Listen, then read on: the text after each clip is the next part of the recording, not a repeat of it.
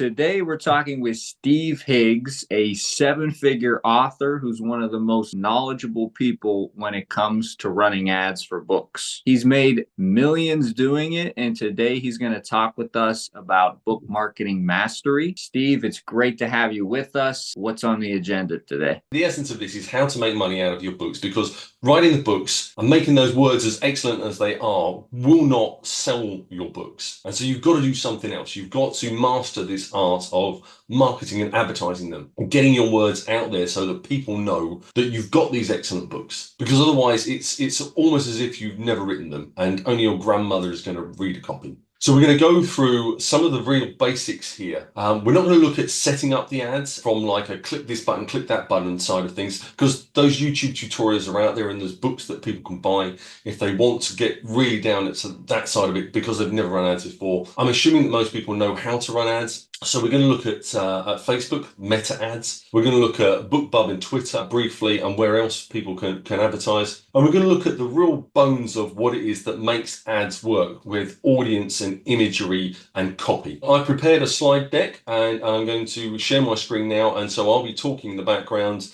and hopefully people watching this will be seeing images, because that, as much as anything, is what I need to show them. Sounds great. Let's get into it.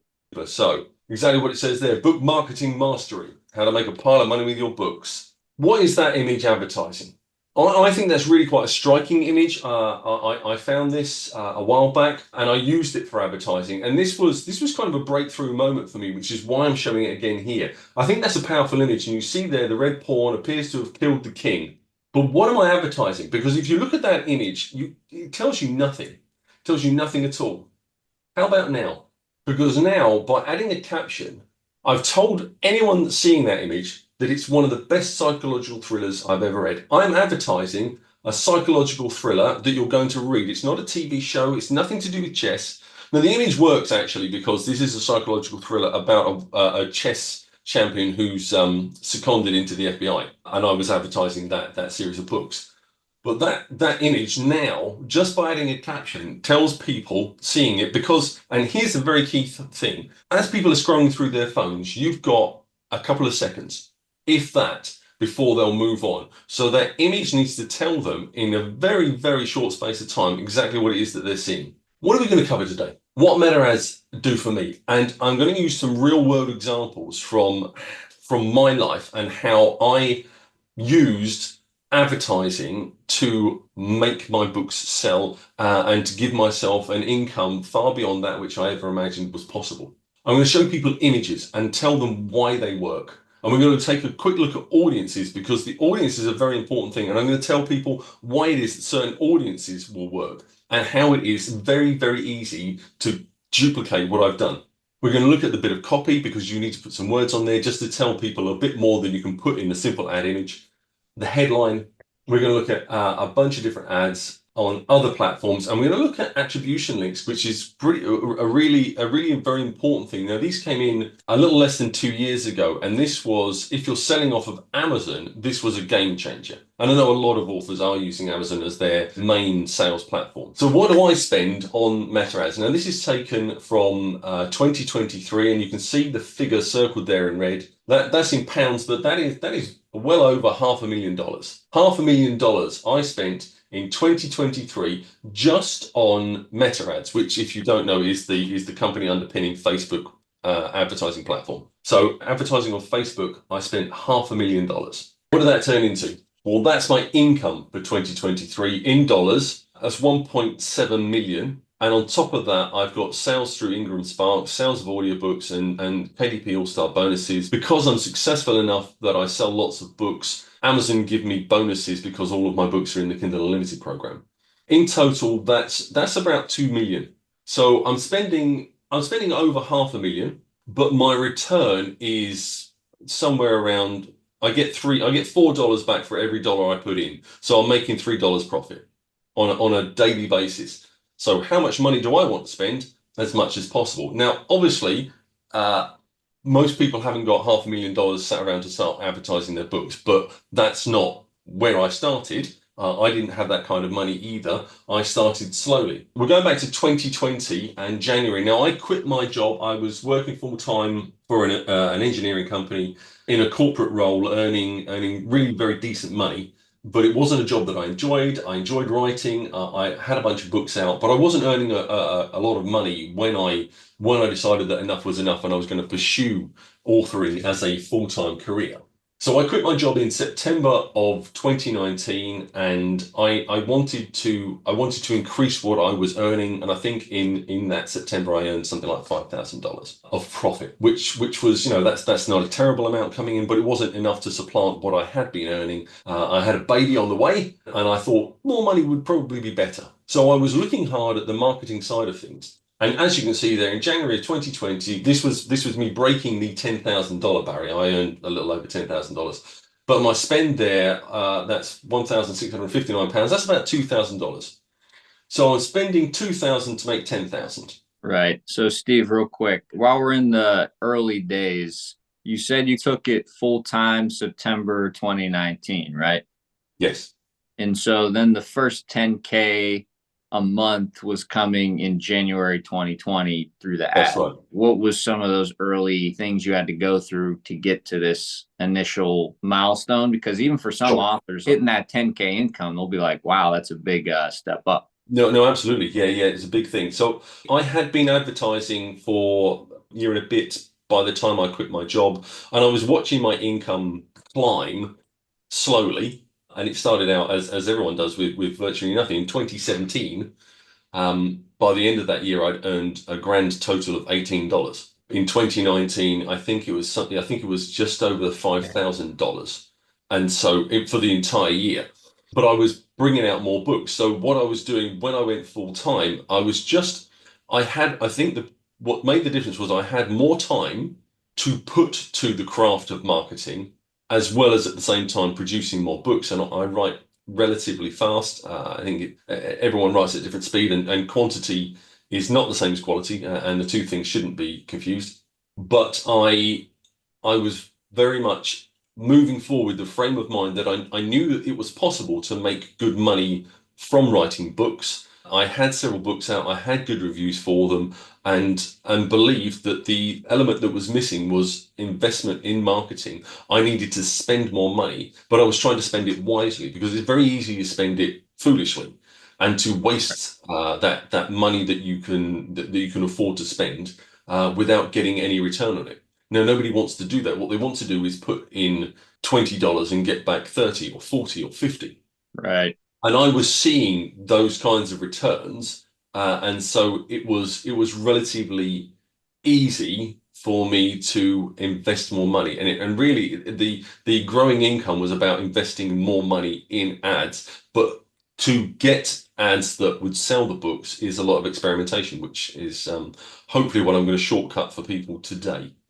Awesome. Thanks for sharing some of that backstory. And I think from there, now let's see how you took this to the next level. Sure. Yeah. So this is January 2020. I've broken the $10,000 mark, which was, as Marcus just said, it was a big thing.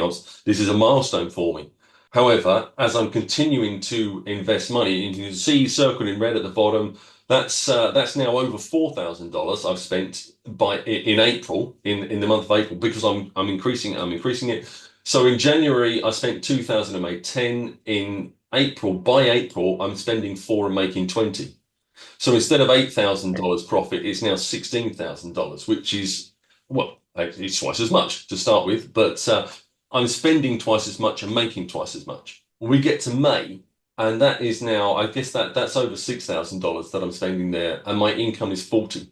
And what I'm doing is I'm fine-tuning the ads that I'm running. I'm investing more money in ads that are working, and I'm figuring a lot of stuff out. It's not easy to spend that kind of money if you're not confident in what you're doing. And my confidence was growing. And I'm hoping that what I can give people today will allow them to experiment and find ads that work. And when you can see that an ad is returning the money that you're investing in it, plus interest. So, it's selling 10 books, 15 books, 20 books a day for that $10 spend or whatever it is you're putting into it. When you can see that, it's easy to invest more money. And that is how you'll make your income grow. That's a graphical representation that's taken straight off a book report. And you can see there the almost 4 times sale figure from January to May, and I've got audiobooks on top of that. What I hadn't done was produce 4 times as many books. That added income came almost purely from figuring out marketing and advertising of my books. And there's things you can do beyond advertising, which is newsletter swaps, doing things with other authors. There's lots of Facebook groups and things that you can do actually for free. But we're looking at the marketing side of things today. Impact on a single book, and I put this one up there because this is now, you see the spike there, which happens in March of 2021. I was advertising mostly my box sets because they're in Kindle Unlimited. I was getting a lot of page reads, and I was reaping the reward of that. But it occurred to me that actually I was underserving myself with some of my individual titles, and so I looked at a few of my book ones and looked at what I could, or what I might be able to achieve if I advertise them effectively. Because you can sell book one as well as selling a box set that contains book one and the next 9 books. And you're selling them to different audiences, because people who sign up to Kindle Unlimited, a lot of them do not download one book. They're not interested in one book because they'll read through a book in half a day. They're looking for box sets. And so those box sets are going to a completely different audience to the people who will buy one book, and they want the paperback or they want the ebook, but they're buying one at a time. They don't want to invest the money in buying a giant box set, and they're not in Kindle Unlimited. So real quick on that, I know you already had a decent amount of books out before you started advertising, right? I probably only had 3 or 4 books out when I started advertising. Okay. When I quit my job, I think it was 15 or 16 was what I had out. And I was writing, once I was full time, I was writing 2 a month. Got it. And would you say the time to really start going into ads, at least have 2 books out, or what, do you have some number? When to advertise, when to start advertising? It's actually a very difficult question to answer. My advice would be to not even publish until you've got 3 or 4 books to publish, assuming you're writing in a series. Get them under your belt, get them peer reviewed if you can, have people read them and give you feedback. Make those necessary adjustments. I mean, don't expect your first book to be the Da Vinci Code. If I could write the Da Vinci Code, I wouldn't be writing 2 books a month. I'd write 1 a year or 1 every 5 years and relax. Wait until you've got several books and put them out. But if you've got 1 book or 2 books and or 2 books and they're already published, you could absolutely start marketing them straight away. But what you probably don't want to do is spend a lot of money on that, because most books that you advertise will break even. So if you're spending $10 or $15 or $300 a day advertising that book one, potentially you'll make $300 worth of sales if your ads are effective. But your profit, most people's profit comes in the tail of books that people then plunge into after they've read and enjoyed book one. So if you don't have that backlist of books to follow on, it's difficult to make good money. But you can do a lot of free marketing on Facebook, through newsletter swaps, through services such as BookFunnel and Story Origin. I think that's just a couple that I'm naming there. I'm not endorsing any of them. I'm not affiliated to any of them. But there's a lot you can do for free, which is an entirely separate talk that Marcus and I might discuss after this. Yeah. Yeah. So kind of on that note, to really hammer it in, I really like how you're saying before you even really publish, if you're early in this journey, have a few books ready to go. And that's going to make your life so much easier, at least from what I'm getting from Steve. No, absolutely. It's called rapid releasing. It's very few readers will invest in an unknown author with a single book when you've got no reviews, when your book's recently published. There's nothing to make them. There's no reason to buy. You know, if Dan Brown puts out a new book and it's a standalone, so it's one of one in that series, people will buy it because he's a very well-known author. The same with Lee Child. Lee Child could bring out a new book that's not Jack Reacher, and people would buy it because it's Lee Child.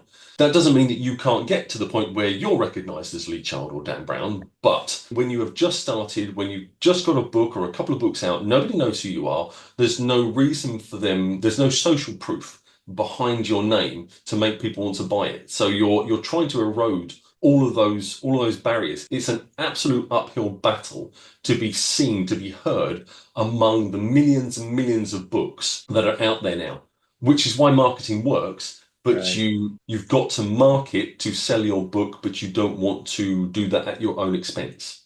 We actually heard that before. Some other writers had recommended us to release a whole series before instead of just one book. Well, so now I publish other people's works. I have a publishing business on the side where I'm taking authors who either cannot figure out the marketing thing or just don't want to do it.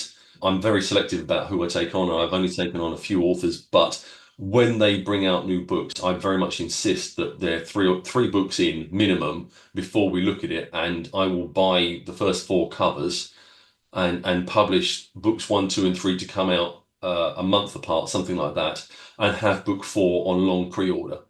It just gives you more visibility, and it gives you something to advertise rather than just one book. Now, if you're writing standalones, it's a different proposition, and you have to just advertise that one book. But you're going to have to arguably be a better writer if you're writing standalones. Right. And especially if you want to make your life easier, why not start with a series, you know?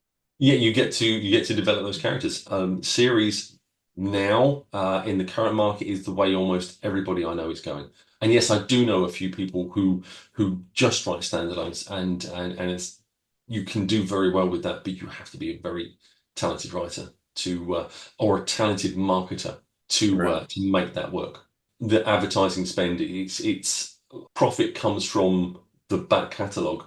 You're advertising book 1, but people are going to buy books 2, 3, 4, and 18, however many you've got. Hopefully, it's in my experience with multiple years and multiple millions spent and working with lots of other authors, it's far harder to sell standalones. And then I think we can shift back to the chart, because this even goes into it a little bit, where you were showing that big spike and then it tailored a little bit. So this was my book 1, and the spike occurred, and we've gone from, I think that's about $500 in March of 2021 to over $3,000 in April of 2021. And I haven't done anything to the book. All I've done is run marketing campaigns, advertising campaigns to sell it. That's been effective, and you can see it's tailed off a little bit, and then what's not shown is that it keeps going up and down thereafter, depending on the effectiveness of your advertising. Now, I'm lucky in that I have quite a few titles out now, and so my income from backlist is fairly steady. The spikes that I get are generally caused by new releases. This is just a demonstration of what is possible when you advertise a book effectively. The real joy of this is that that's book 1, and there are 31 books in that series. So going into the advertising part of it, because I've shown you what I managed to achieve, lucky me, here's where the real money can be made. And I'll say this now, and I'll probably say it again, you've got to spend money to make money. You do get people who are overnight successes. You can see them in author forums, people who've put out their first 2 books and suddenly they're making $30,000 a month. It does happen. In my experience, again, those people tend to burn very bright and then fade. I'm not saying that that's what would happen to the next person who becomes an overnight success, and I wish everyone every success they can get. But in my experience, people who build up their author business slowly over time are the ones that generally are successful with it, and they continue to spend money on that marketing, which is what brings in the income, which brings in the sales. And to be clear, I use all marketing platforms. So I'm using Amazon, I'm using Twitter, I'm using BookBub, I'm using paid promotional sites. But my greatest spend, probably 70% of what I spend every month, is on meta ads for Facebook. So diving into those, hopefully people seeing this are familiar, but what you're seeing there is a snapshot of one of my ads. Now, this is an urban fantasy series that I'm selling. Oh, I actually see that before. Well, yeah, it's as of today, it's the #1 superhero fantasy title on Amazon.com. It's riding high in humorous fantasy and urban fantasy and a few other categories, simply because I'm marketing it effectively. This is a point to make, is I never have one ad. I have lots of ads for whatever it is I'm advertising.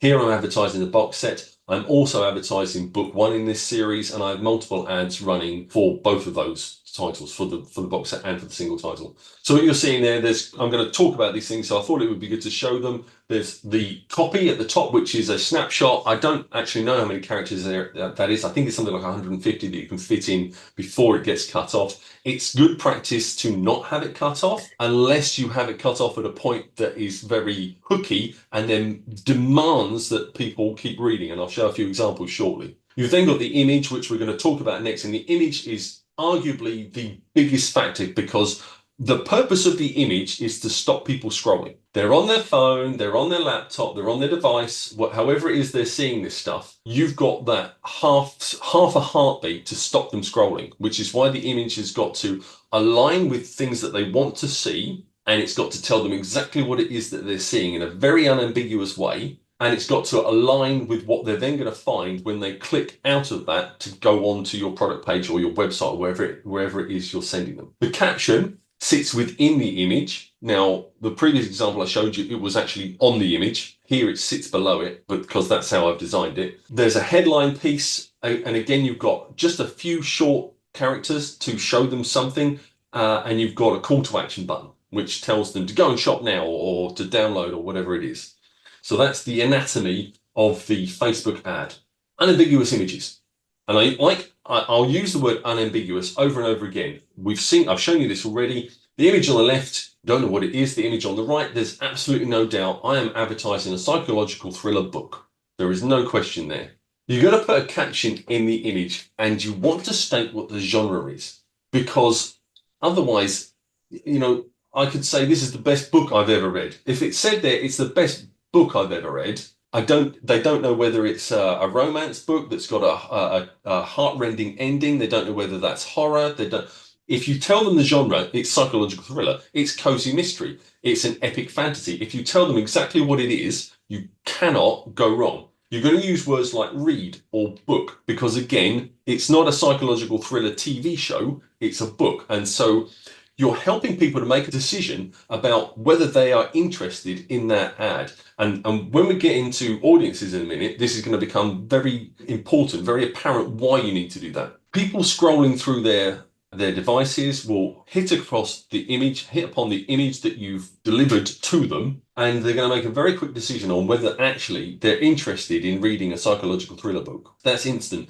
If they're not, they're going to continue scrolling. If they are, now you've just found your audience. And at that point, they're going to make a decision on whether they want to read the rest of it. Are they interested enough to read your copy and your headline? It's the image that's going to stop them scrolling, and you've got to tell them exactly what it is they're looking at very quickly. You're going to include symbols for Kindle Unlimited or other platforms. And this is another thing I've learned. Otherwise, you get people questioning, and you'll get a lot of feedback on your Facebook ads when you run them. People questioning, is this available as a paperback? Is this available in audiobook? Is this available in Kindle Unlimited? Can I get this from Kobo or whatever their other platform is? So you've got to make that really clear. You can't put all of that in the image, but the one thing you can do is put a little Kindle Unlimited sign, as you see here. Image on the right makes it very clear this book is in Kindle Unlimited. And you see the captions here. Now, I talk about unambiguous images. The book on the right, or the image on the right, shows a guy holding a gun. We're in sort of thrillerish thing, and it says, the closest thing to Jack Reacher level action I have found so far, great books. Now, that's a quote taken from an Amazon review, which is a great place to seek out those sort of things. It makes it really quite easy to see what it is that they're advertising. Clearly, this is an action thing. It's akin to Jack Reacher. It's in Kindle Unlimited. It's a book. There's no ambiguity there. People seeing that are going to know instantly what it is they're looking at. The image on the left is for one of my books, and in fact, it says from multi-million selling author Steve Higgs, and there's a nice little caption there. Murder, mystery, and mayhem when they find a clue in a pork pie, an Albert Smith mystery. Now, I haven't said that it's a book there, and I haven't told them the genre. But experimentation that I do lets me know that that kind of advert will work for certain audiences. Most of the adverts I have are more unambiguous than that, and it will say genre and the fact that it's a book. I'm just showing that because as you get more and more into this, you'll experiment more and you'll know what is working.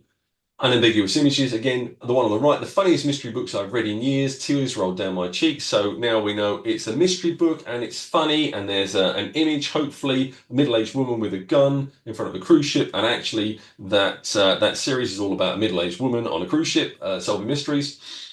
The one on the left, right at the bottom, mystery fans are going to love this. Really unambiguous, because read the funniest mystery books of the year, just above that. So we're telling them a little bit something about the book in the caption right at the top, but we're telling them it's a funny mystery book. And that's an important thing that you've got to get across. They need to know what type of book it is they're looking at. Now, images have to match the covers to some extent. You can show people an image like this lovely young lady here that will make them click. And we're talking about clickbait, essentially. And I was advertising with this a series that was kind of Pirates of the Caribbean meets Tomb Raider. And I tried out a whole bunch of different images, experimenting to find images that worked to get people from Facebook to the Amazon product page for it. And this was, without any doubt, the winning image. And it was almost entirely men clicking on this image. However, none of them bought the book because the book cover looks like that. And without wanting to be crass, I think essentially the rather busty young lady shown in the ad image that I was putting out was drawing people to expect that they were going to find one kind of book and they were then finding something entirely different. So there can be this almost jarring effect on people when they see one kind of image and then land on something entirely different. And again, this is a real world example. This is something that I did. I used one image. It worked really, really well. It was very effective driving traffic. It was very ineffective at getting sales. And traffic and sales are two entirely different things. I think a really important point would be the whole genre signaling. In a way, could you say that that chick wasn't really signaling the genre? Yeah, absolutely. Pirate ships, buried chests, other such things is what I actually used to advertise the books in the end. They cost far more per click. They were far less effective at driving traffic, but the traffic that landed then tended to actually buy the book. And so exactly what you say, if you're advertising romance, you probably want your couple embracing handsome man with bare chests type, which is what a lot of the covers are. So it's going to in many ways resemble the cover. If you're doing urban fantasy, you probably want some magic being thrown around, witches and wizards and all of that stuff, or monsters or dragons if you're writing books about dragons. So exactly what you say, you don't need to use your cover to advertise your book, which actually works really well. I often use my covers. I have my cover artist, and I'm sure Marcus will do this for a fee. I have my cover artist produce text-free images, text-free version of my book covers purely for advertising purposes, because you can manipulate them and do things with them and put captions on them. Yeah. So that works really well, because they're then seeing the exact thing that they're going to land on when they leave Facebook, clicking your link, hopefully, to go and buy your book.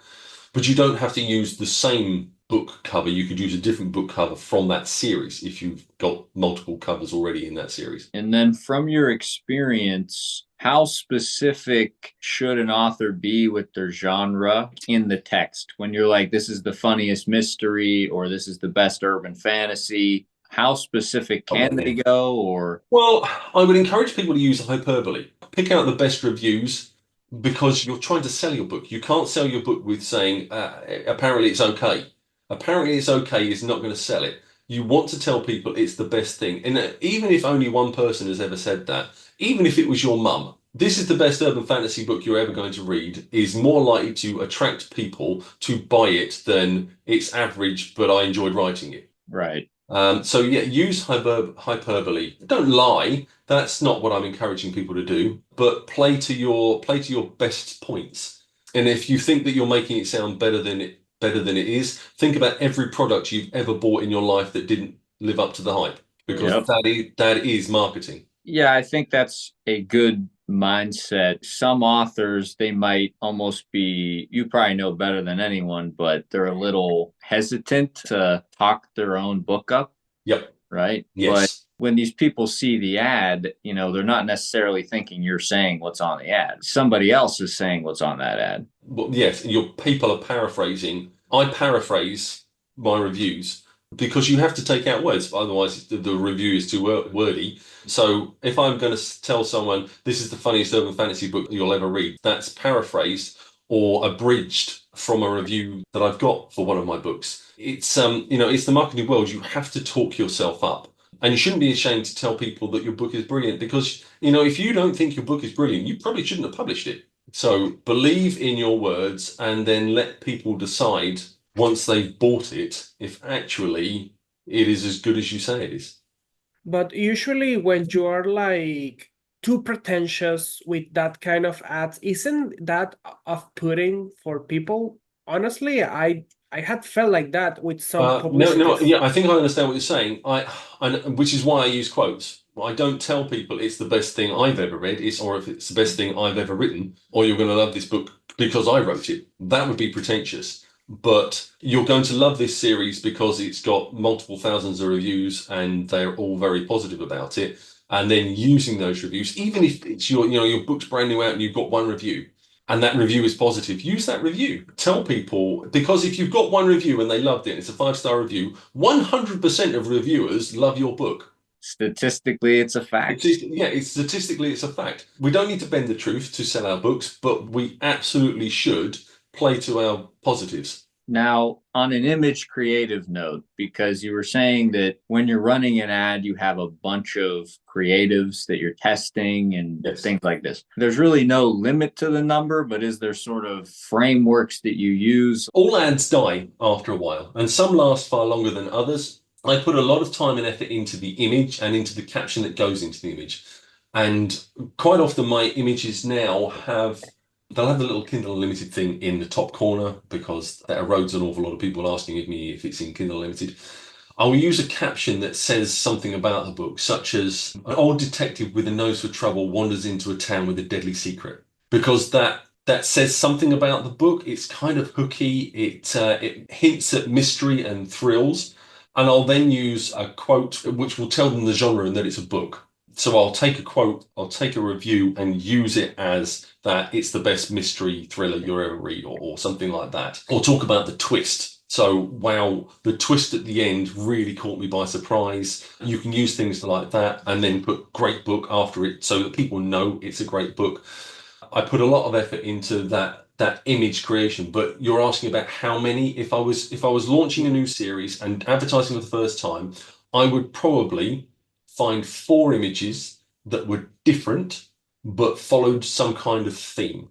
So if you've written a dinosaur time travel thriller, so I would find an image that was people being chased by a dinosaur that was kind of scary, and I'd find one that was maybe not so scary, and then I'd find an image of people in a Cretaceous jungle or something like that, or in a jungle setting. And you can use AI. Midjourney is just one of the sites out there that I use for creating images. Once you learn to manipulate it, you can do wonders with these things. I wouldn't use it for my book covers. I certainly wouldn't use it for anything other, I don't think, than advertising. But to create ad images, it's very useful. There's actually a number of reasons why you shouldn't use it for book covers. I'm sure Marcus would cover them. I mean, apart from replication, apart from anything else, because you'll never get it the same again. But I would use 3 or 4, let's say 4 images, and my copy, my headline, my caption would all be exactly the same. Only the image would be different, because what you're doing at this stage is testing out images. You're going to set each of those images or each of those ads within its own campaign with its own budget, because that's the only way to test them out. And you will see a very clear winner. And you're going to use Amazon attribution links to tell you which one is the winner, because the one that's getting the cheapest clicks and the quickest click through, I refer you back to the busty pirate lady, isn't necessarily the one that's actually going to sell your book. So Amazon attribution links, which we'll be covering shortly, will aid you in figuring that bit of it out. Nice. So 4 images, you're probably going to kill 3 of them within a few days, and you're going to take the one that works, and then you're going to do derivations of that to find more images that works, and then you're going to start doing things like varying the headline and the copy and the caption. On the creation part, before we jump back in, is the ads itself, because you're saying you're fiddling around with Midjourney and these other things, is that something that you're doing yourself just for ease and speed, or is that something that kind of have a team helping you with, or what's your usual process of that? That's all me. I have a team of people that do various things. I've got one guy that creates videos that I do things with, and another does advertising on other platforms. But the image creation and the copy, I think you have to know your books very, very intimately in order to draw out that which is going to hook people in, and to get those images correct. So I use Midjourney to create images. I do all that myself. Like you're saying, who knows your story or genre Better than the author? Yeah, absolutely. Yeah, and hopefully you know not only your books, but you know books in that genre, because you're going to be playing to the strengths. And there's always going to be a biggest author in your genre, and we'll look at that in a moment in audiences, because that is a great way to advertise your books. Audiences, we're going to look at 3 types. Direct to one author, where we're advertising specifically to fans of an author. Now, that could be Lee Child or Terry Pratchett or Stephen King,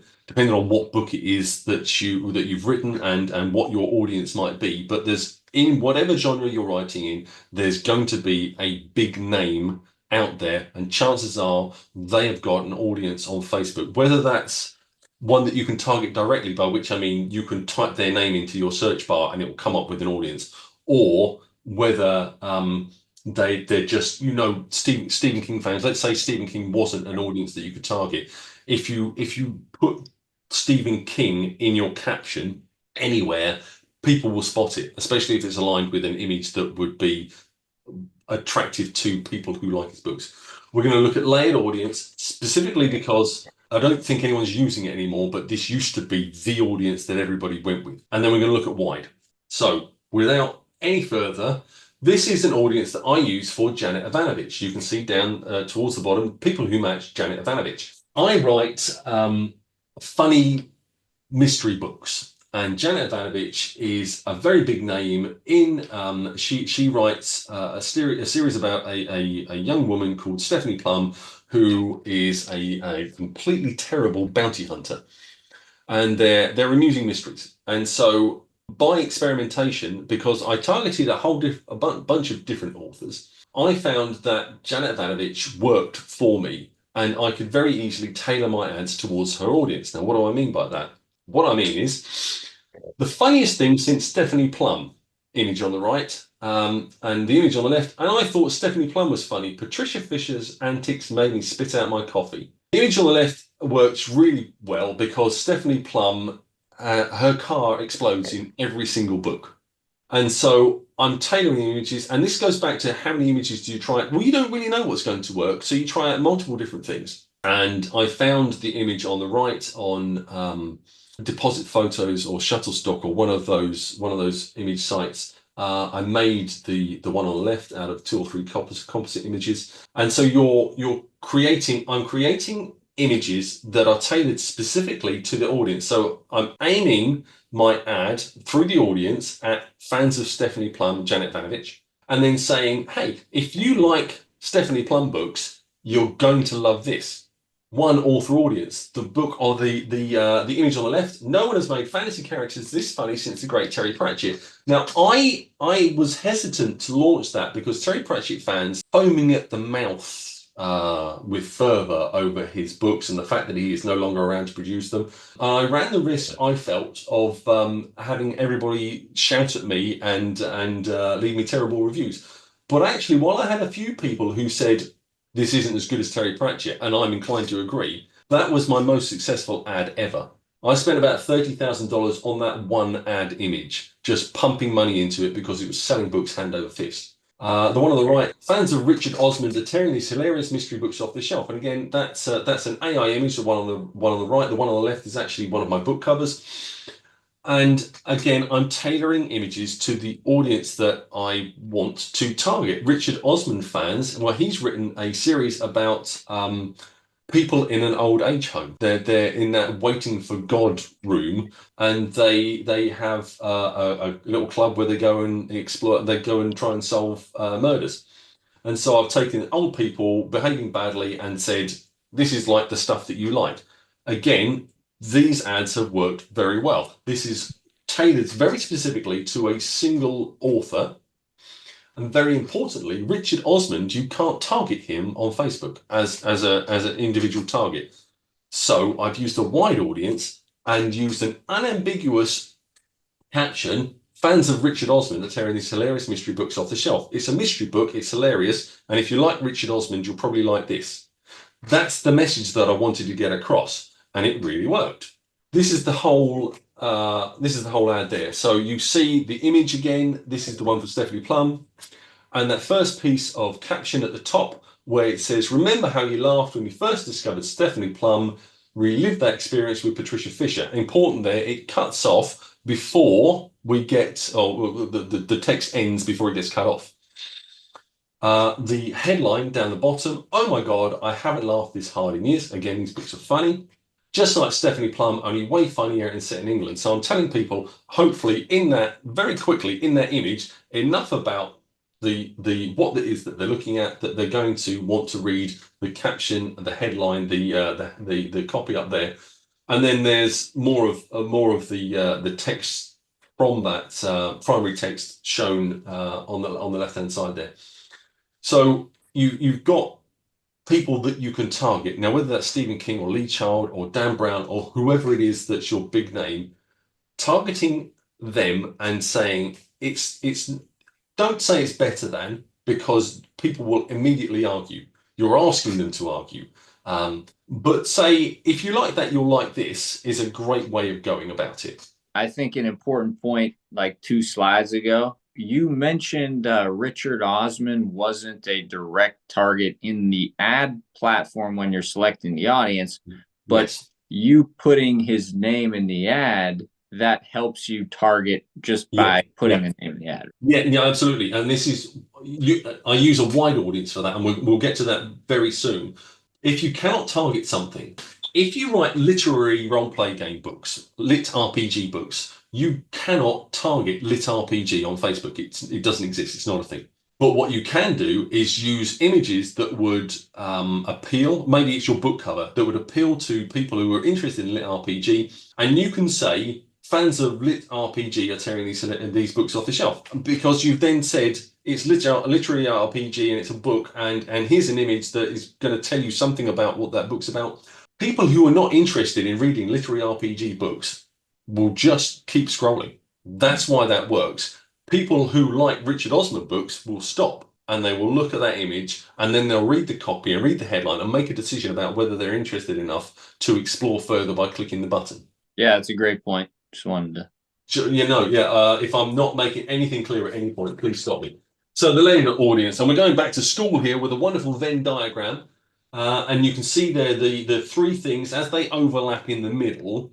When we come down to targeting on Facebook, you're doing people who match, and that's a whole list of authors. And then must also match, and that's a load of genres, and then must also match reading and Amazon fiction and fiction books. What you've got there is 3 subsets, and where they overlap, in theory, you've got your hardcore fans. So if somebody likes Jim Butcher and they like supernatural thrillers and they like reading it, and again, Facebook knows all this stuff. Even if you don't tell them, it's gleaning information off of all the places you go. If Facebook can see that, they will aim that ad at them.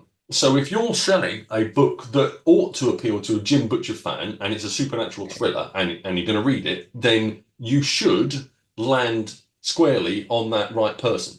This used to be how pretty much everybody was taught to do Facebook ads 6 or 7 years ago. And probably only 2 or 3 years ago, that started to swing towards the wider audience, because you capture more people, and because Facebook isn't foolproof and it doesn't get everything. If you want to use this kind of audience as you experiment to test out what works for you, because what works for me will not be the same as what works for everyone else, you're going to yet again use unambiguous images. Wow, the twist at the end of this hit me like a sucker punch. Great book. And then there's a little bit of caption up the top. On the cusp of his retirement, an aging detective is offered one last shot at solving the murder that ruined his career. They don't know how far he'll go to stop that from happening. It tells them a little bit about the book. It's a little bit of an additional copy in there to hook people in, because it's giving them some kind of mystery. They know that there's something going on there. Again, whatever you're doing, you need to use unambiguous images. If you're targeting one author, you need to bear in mind that you need to make sure that it's very clear to the fans of that author, as we showed earlier. This is the mainstay, and this is what people are going to use the bulk of the time. And this is what I teach people to use the bulk of the time. And I've met a lot of authors along the way who I have been fortunate enough to help with their ads. I've never charged anyone for that. I probably ought to, but I've never charged anyone. But I've seen people double their income in a matter of weeks. I've seen people, the best I've ever seen was a mystery author who went to #1 in the mystery genre on Amazon.com, which, trust me, is selling an awful lot of books a day. And he increased his income by 7-fold in 6 weeks, just by targeting people using a wide audience. And why it works is that Facebook algorithms are really, really powerful. You're going to give them a big audience. And when I say big audience, that is everyone in the United States over the age of 18 who can read. So that's, well, funnily enough, when I first showed this, there was an Australian in the audience who pointed out that that was only 2,000 people. But actually, it's over 200 million. The Facebook audience for that, when you select it, is over 200 million people.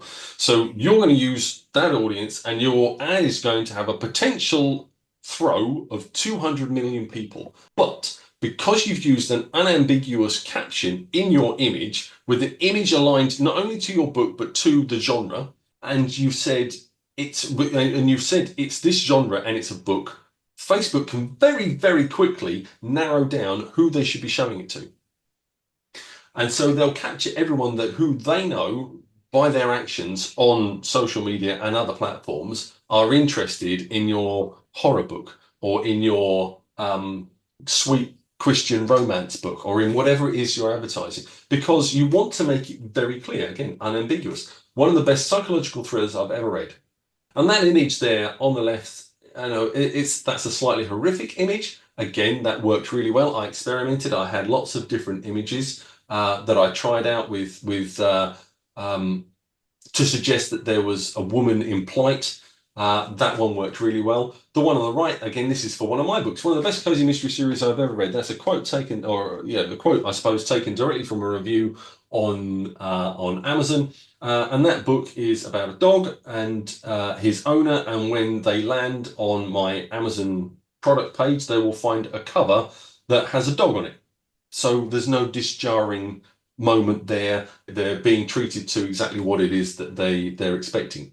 The wide audience works really well because you're capturing everyone, and then you're telling them specifically what it is in that image and that caption. And I know I've been over this point a dozen times, but I really want to hammer it home.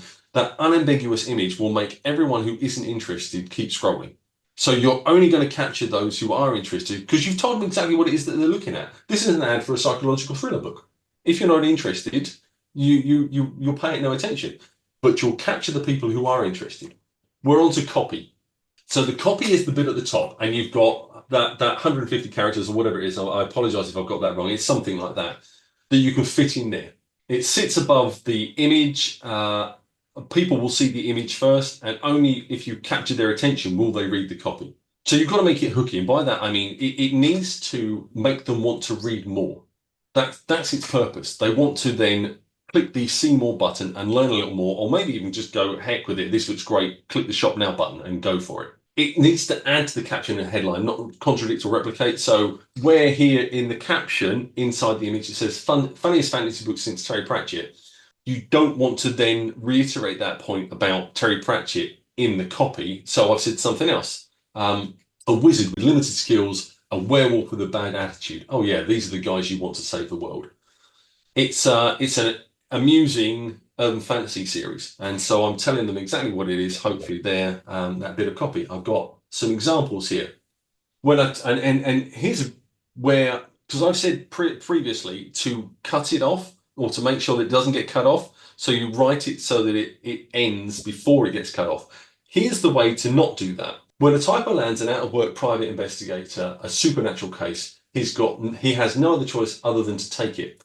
Ellipsis. And the ellipsis ends just when the line ends. So if they want to know more, they're going to click down. There's probably a better one here. The third one down. She's a middle-aged trouble magnet with a butler, a Dachshund, and a nose for solving murders. On a cruise around the world, ellipsis. The sentence is incomplete, and that is intentional because I want people to then go, well, what is he saying next? And open that up a little bit further. What else to include in the primary text? So beyond that, the copy sits inside a section called primary text. What else do you want to include in there? The title of the book. So a couple of lines down, because you're going to say that on a cruise around the world, and then you're going to say that there'll be another couple of sentences or whatever telling them a little bit more about the book. You need to tell them what the title of the book is. Otherwise, I promise you, you will get hundreds of people, or you'll get a percentage of people who want to know what the book's called. They could click the link to go to Amazon to find out, but they won't. They will just ask you. And that is their right. You're the one invading their space. You're going to want a final call to action telling them to buy it now. I think actually I've got an example of this on the next page. A link to your Facebook group or page where they can learn more. These are good things to keep in there. Further down, not many people will scroll that far or read that far, but a percentage do. Now, a link to your Facebook group, I get 30 to 50 signups a day to my Facebook group. Between 30 and 50 signups per day. I have tens of thousands of people in my Facebook group. So when I am announcing a new book or publishing a new book, or I've got a bargain or a discount or something going on, I have a lot of people I can reach out to. And you want to be building that up. You just let that go by having that link in your primary text. People will see it, people will click on it, and people will migrate towards you. And the more you spend, the more eyes you're getting on it, and the faster people will join up. That's just one of those things. The idea of the ads is to sell books, but a nice side effect is to have people appreciating you and saying, you know, actually, I want to follow this person. You might want to put a link to your free book, but you definitely want to put in a link to the paperback and audiobook versions or hardback versions or whatever other versions you've got of the book. Otherwise, people will think it's an ebook and say, I wish it was available in paperback. They won't click the link to see if it's available in a paperback. You might think they ought to, but they don't. And I've got millions of dollars spent to prove that. And so, yeah, here's some primary text examples. So here's where highlighted in yellow, where I've said, this is the name of the book. Read Paranormal Nonsense and 9 more hilarious fantasy tales in this bargain box set of books. Just don't have a beverage in your hand. The call to action, click the shop now button and treat yourself to a brand new series.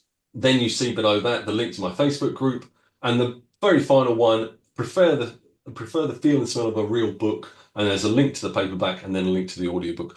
Those are the things you want to have in that sort of bottom half of the primary text. I don't know what the limit on primary text is, but it's huge. I've put entire first chapters into my books before, into the primary text of my ads before. That's a thing that you can do. It works well, but I then would put all these things beneath that as well, because if they've read that far, they might as well keep reading. Now the headline, which is that bit at the bottom we saw earlier. It must fit in the box, otherwise it will cut off midway through and just look weird, and there's no ability, unlike with the primary text where there's a see more button. If you cut off your headline, it's just cut off and it won't make sense. So it has to fit in the box. I have to put reviews in there, but you're providing, it's there, it's just another chance to provide them with a reason to buy. So I'm saying, hey, it's a complete series, it's a bargain box set. I'm saying something like that. It's just another opportunity to upsell your works, convince people to buy it. And here's some examples: thrilling, suspenseful, just plain fun to read, heartwarming, enthralling, really, really funny. It can be whatever you want, but it's got to fit into that little box, and it's got to say something about your books. That one last chance to convince them to click the link and go and buy your book. Attribution links, which is a very important thing. These came out a little less than 2 years ago now. Hopefully people seeing this are familiar with the Amazon advertising platform, and over on the left, ringed in red, is a little, looks like a chart, and you need to click on that to access attribution links. Now, I'm not going to go through how to set these up in any detail because that would take an hour, but there are lots of YouTube tutorials that people can find, and probably other tutorials, other places where you can figure out how to do this. I will say it is very simple. The Amazon attribution link, which you're seeing here. So I'm advertising a box set of books set in Sacramento. So it says SACBOX, probably not the best abbreviation, but that's what it's called. And under the little heading there, ad group, in the main body of that, it says Sackbox add 2 US, and I've got 1 to 4. And there's an attribution tag. Now, what you're doing here on your Facebook ad, where it wants you to put in the website URL, which would often be your Amazon product page, you're now putting in that attribution link. And that enables Amazon to measure people coming from that ad and landing and buying the book. So they can tell where they've come from, and they can tell if they've made a purchase, or they can tell if they've downloaded it. When you're looking at what the data it's given you, is there a timeline where you allow something to run before you kill it? I would advise people to give their ads a week. So if you're setting up 4 ads, those 4 ads, we talked about this, with the same caption, the same headline, the same copy, but different images, give them a week. Because if you're going to use Amazon attribution links, which I encourage you to do so, if you're going to use them as your data point to determine efficiency and effectiveness, you need to give it a week to populate with data. It won't do it in 24 hours. Now, I would go back in personally and look at their click-through rate and their click-through cost and be able to determine if one ad was actually a bit wonky, because you should expect your click-through cost to be, let's say, 10 cents or thereabouts. So if you've got one that's clicking through at $1, it's clearly a very duff ad, and I would just kill it. But otherwise, you want to let the data here build up. So you've got 4 attribution links labeled 1, 2, 3, and 4, and you've got 4 ads that you've created labeled 1, 2, 3, and 4. And when you get to this, you'll then see which ads are performing. And so this is taken directly off of mine. This is for one of my box sets. This is The Old Man and the Dog. And you can see there that ad 6 is, under the purchases, has sold far more books than the next one. These aren't actually all at the same budget. I'm constantly testing out different things. But if you were setting this up today and you had 4 ads, at the end of the week, you would be able to see one had sold 5 books, one had sold 2 books, one had sold none books, or something like that. Hopefully one sold 25. And you instantly then know which one to put your money into. And you kill off the others potentially, and you put money into that one ad that is working. This, when this came about, was an absolute game changer, because before this, you had to look only at click-through rates and cost per click and a few other metrics that you could kind of finger in the wind and make a decent guess. This takes out most of the guesswork. It's not 100% accurate, but it is accurate enough for me to know, looking at it, that this is the ad that's working. The other ads are not working. So I'm going to kill those. I'm going to raise the budget on this one. And then I'm going to duplicate it and change the caption and change the headline or whatever, and just experiment and try and find an ad that works really well. I've heard you say before, the money that you spend on an ad that doesn't perform isn't wasted money. It's you're learning which ad will work. And my stance with this is very much you've got to invest money to figure out what works. There's just no way around it. And so some of the money that you spend on ads is not going to generate sales. But you shouldn't be sad about that, because when you find let's say it's wasted, you'll look at it as being wasted and you're wasting hundreds of dollars over a period. When you find ads that work, those wasted dollars come back as thousands or even tens of thousands. And so you are investing money in that process of figuring out what works. Now, hopefully we've shortcutted a whole load of stuff today for people, so they can go out and know with confidence that, yes, this is the audience I need to create. And I can duplicate what Steve's done. And these are the kind of images that I need to create and the kind of captions that I need to use. And I need to think about how to write my hooky copy to make people want to go to my website or to my product page and buy my book. But you are going to spend money on ads that don't work. I do that on a daily basis. There's no way around it. And the ads that you find that do work will die over time and become less effective, because the audience has seen them, and you're saturating them in the end, and people will stop clicking. That always happens. Yep. But the attribution links will show you which ads are working and allow you to make intelligent, reasoned decisions on where to put your money. I hope that helps. Other platforms. Now, we're sticking with Amazon attribution links here. This only works if your books are on Amazon. If you're not selling your books on Amazon, I can't help you with this at all. You can still advertise on Meta, but the Amazon attribution links element of this you should ignore. But in here you can, and so I advertise on Twitter and I advertise on BookBub, And I use this in the same way to measure traffic going from my ads on BookBub or Twitter to Amazon, and whether those people then buy the books or not. And so in there, where you're creating your ad group, you can write whatever you want. You can write BookBub ad 1, BookBub ad 2, Twitter ad 1, and then you can select in publisher, you get to, in fact, it says select publisher. You can say, you can just free type in there that this is BookBub or Twitter or whatever, if they're not in there. So you can advertise anywhere, and you can select that. So it will show you on your data sheet, on your platform, where those ads are going. And so here, this again is taken directly from me. You can see the top one there is again, it's for my 10 book box set of Albert and Rex, and that's BookBub ad 4. A couple down from that is a Facebook ad, and a couple down from that is a Twitter ad, and I've labeled them. So as I pull up the data here, I can instantly see which ads are performing and what platforms they're performing on. So you can use these attribution links in more places than you can use Meta, the Meta ads on Facebook. Here's one of my ads on Twitter. And I use the same images, and this is very important. So let's say you've done your 4 ads on Facebook, and you found one that seems to be selling books, and you're thinking, right, well, I better put some more money into this. I'm going to increase the budget, and I'm going to get that $10,000 a month. You can take that same image. You don't have to do anything to it at all, and you can use it on Twitter. You just drop it in. And you know, Twitter, again, setting up your Twitter account is not something I can help you with here. There's no time for it. But you can find information on how to do that on the internet very easily. Twitter ads works a lot like Facebook. In fact, there you go. You can use the same images. Results I found vary enormously. So what works on Facebook won't necessarily work on Twitter. But in general, if it's appealing to one audience, it's going to appeal to another. And I use it in conjunction with Facebook advertising because I want a wide audience.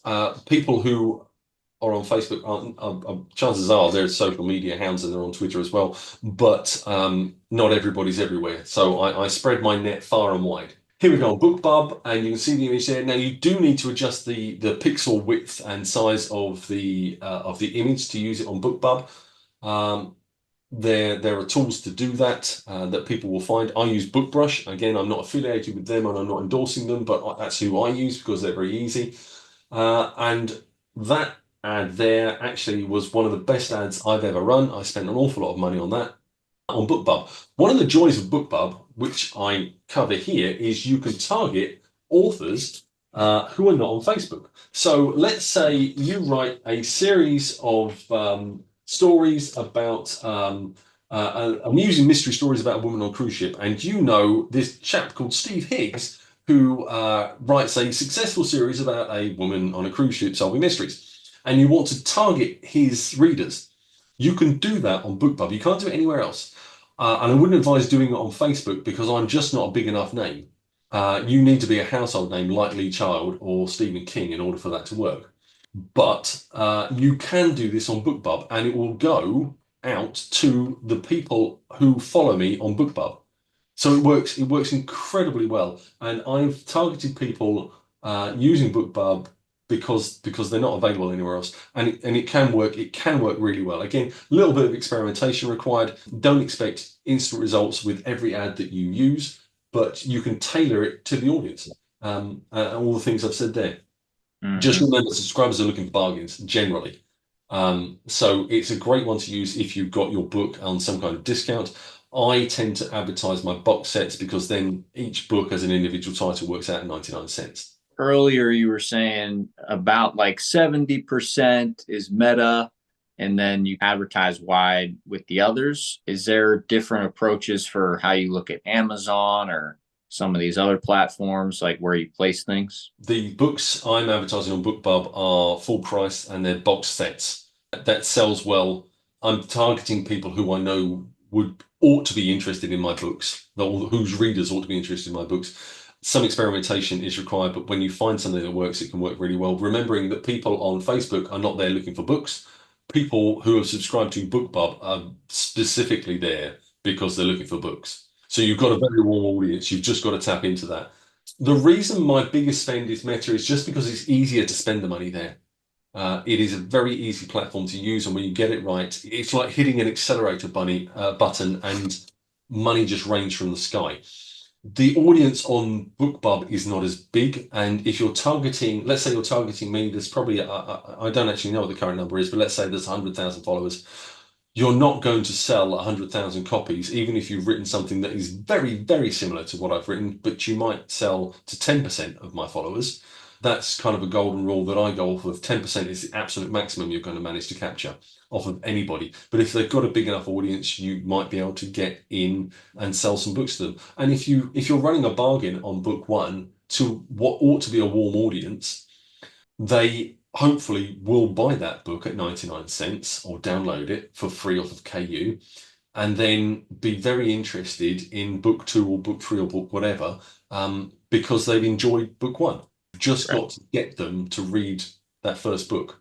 But the reason I don't spend as much money on the other ad platforms is just I haven't found it as easy to scale. I haven't found it as easy to get the same kind of results. I actually have seen myself some promotions with, for example, if you buy individually, you get this price, but you buy the box sets, it's usually a discount or a bargain. Yeah, so if you buy 10 of my books at $6 each, it's $60, and that's the price I sell them for. But the box set of 10 books, which you can't, if you want paperbacks, it's a whole different story, and they're like $11.99 each. If you want the box set because you're that kind of reader and you're going to read lots and lots of books in a short period of time, then it's $9.99 because that's the most you can advertise them for. Sorry, the most you can sell them for on Amazon. Initially, that it seems completely flawed that anyone would spend $60 buying books one at a time when they can have 10 of them for $9.99. Yet the evidence collated over many years now suggests otherwise, and I sell as many individual copies of each book as I do of the box set on a daily basis for each of my series, which is why I said earlier that it's a different audience. It's a different audience. There are two different types of people, two different types of reader. Mhm. Some will only buy box sets, and some are only going to buy the individual title one at a time. Some will only buy paperback. That's a good point. So, if you could briefly touch on the fundamentals as a recap. Yeah, I've bombarded them with more than an hour's worth of information. The basic thing to take on board, the key takeaways.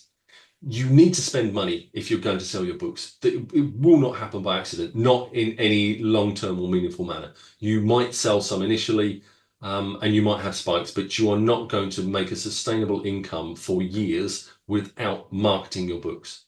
Mostly that means advertising. There are lots of other things beyond paying for advertising that you can do, which we haven't really touched on.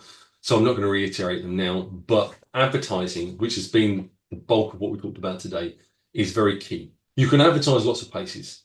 Amazon, Facebook, BookBub, Twitter, they all have their pros and cons. I focused on Facebook advertising today because it is the simplest one to do. If you can do that, Twitter and BookBub are really very simple. And those three are very different from Amazon advertising, which is an entirely different talk and setup to what we've been through today. And it's not something that I would want to get into now. The key takeaway is image. Image is 80% of the battle. Your image has to capture the audience, and you've got a heartbeat to do it. So it's got to be a good image, and it needs to say something on it in that caption, a dozen words or thereabouts, that are going to say, this is the genre and it's a book. And you can write that any way you want, but use a bit of hyperbole. Tell them they're going to love it. Tell them they're going to enjoy that book. Make them curious enough to go to your product page, wherever that is, whether that's on your website or on Amazon or wherever it is. That's what the image is for. And you've got to get the audience right. And I would advise a wide audience because it's very, very easy to do. You can target anyone. Yes, you can target Terry Pratchett by targeting Terry Pratchett on Facebook. However, if you target a wide audience and say, Terry Pratchett fans will love this, then Terry Pratchett fans will see that and pay attention, especially if your image aligns with what they know of Terry Pratchett books. Images are key. I've said that several times now. If they take away nothing else from this, it's you've got to get the image right, and you won't know what image is going to work until you've tested some out. Testing, testing, testing is my mantra, because you've got to run lots of ads to find the ads that work. And I'm often surprised by what works, and it's rarely the thing that I think will work. Before, when we were checking the presentation, there was one of the ads you made that the message said that it was a funny, but the image, it was the one with the spy-like person. Yeah, the woman with the flashlight. Yeah, the on, Janet Babbage image. on Yeah. the center.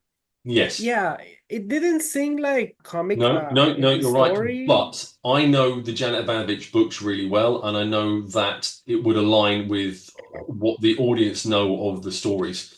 So Stephanie Plum, the books are funny, but she gets into an awful lot of dangerous scrapes. She is chasing down FTAs, people who have failed to appear for their bonded court date, and she's a bounty hunter going after them. A lot of them are dangerous criminals. So yes, it's funny, but there's an awful lot of threat in there. So yes, a guy in silhouette with a gun would align with what they would know of the books. So you're right. You're right. I'm saying it's funny, and I'm not showing them a funny image, but I knew going in that image ought to work, and I was thankful that it did. Interesting. So it's not that set on stone as I thought. Yeah, Basically, you can do anything. It goes back to experimentation. You won't know what works until you try. right. And then, Steve, you do work with some authors sometimes. I don't know if you're open to that, but if somebody's looking to even reach out, share that they might be interested, how would they do that? They wouldn't. I would encourage them not to. My plate is very, very full. I already don't have time to sleep. I had to hire a guy to sleep with my wife because I don't have time with that. Yeah, I would very much say, I'm sorry, I don't have time. And the reason I haven't set myself up as an advertising or marketing coach is because I want to be an author, and I don't want to be distracted by that side of things. And the authors I publish are very much handpicked by me. So that's why we made this presentation for you guys, is so that you can take these lessons that he's used to really make something incredible and put it into practice yourself. And good luck to everyone. I hope people got something out of this, and I hope that they can use it positively.